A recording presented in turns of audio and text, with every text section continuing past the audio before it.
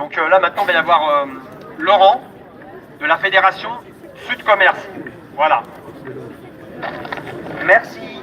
Donc comme on indique, nous on a un syndicat de salariés du commerce qui organise entre autres les ouvriers de la logistique et on a d'ores et déjà appelé d'ailleurs à la grève le 10 septembre prochain. Bon, enfin, vous sentez pas là, dans l'air là, depuis ces dernières semaines, il n'y a pas quelque chose qui est en train de changer? Vous voyez comme devant ils sont transis, comment ils commencent à avoir peur.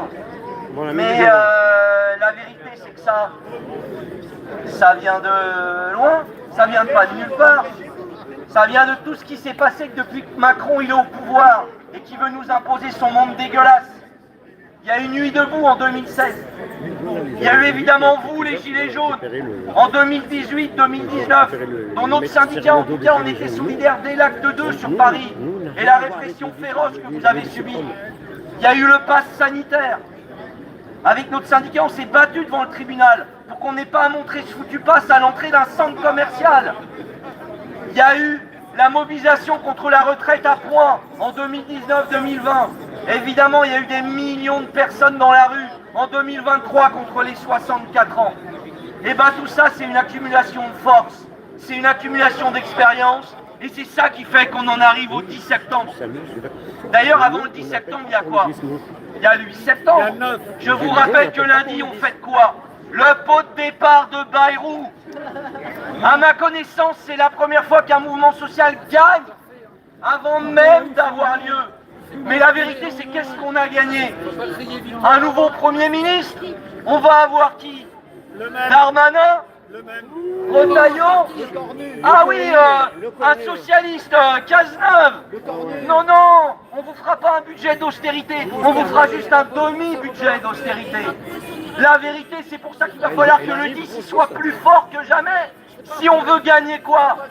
Les revendications populaires, celles du plus grand nombre, à commencer par l'abrogation de la réforme des retraites à 64 ans, l'augmentation des salaires, l'arrêt des licenciements dans les grandes entreprises qui gagnent de l'argent, la reconstitution de services publics dignes de ce nom. Ils ont tout défoncé, l'hôpital, l'enseignement. Et ça passe par un rapport de force. Ça passe ni par une dissolution, ni par une présidentielle anticipée. Alors maintenant, je vais vous parler de l'intersyndicale. Je vais être clair avec vous. Franchement, l'intersyndicale, elle aurait pu attendre au moins le 10 au soir pour nous parler du 18. Et puis la vérité, l'intersyndicale, c'est qui derrière? C'est la CFDT. On sait bien, nous, la base, qu'on ne va pas gagner en refaisant pour la énième fois République Nation ou République Bastille en se déhanchant sur de la techno ou habillé avec des costumes de Casimir. Mais la bonne nouvelle, c'est quoi? C'est deux choses. La première, il n'y a jamais eu autant d'appels syndicaux à faire grève pour le 10 septembre. Il y en a encore tous les jours qui tombent. Parce que la base syndicale, les gens qui bossent dans les entreprises, ils sont comme vous, qu'est-ce qu'ils veulent?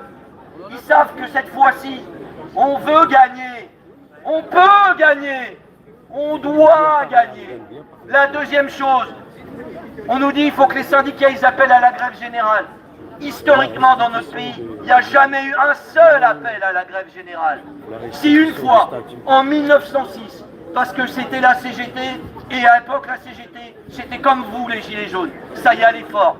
Bien sûr qu'il y a eu des grèves générales, en 1936, en 1968, en 1995. Mais pourquoi? Parce que ça venait d'en bas, parce qu'ils étaient bien obligés de suivre. Et c'est grâce à ça, le 10 septembre, qu'on va écrire ensemble cette nouvelle page pour se défaire de Macron. Je terminerai avec une petite citation. Quand tout un tas de petites personnes, dans tout un tas de petits endroits, font un tas de toutes petites choses, eh ben ensemble ils peuvent changer le monde. Parce que c'est ça qu'il faut. C'est urgent de changer le monde, c'est urgent de se défaire de ce monde pourri. Et ça passera par l'action, par la mobilisation, le 8 au soir, le 10 septembre et dans les jours qui suivent. Merci. Merci Laurent. Merci Laurent. Philippe qui va nous parler là.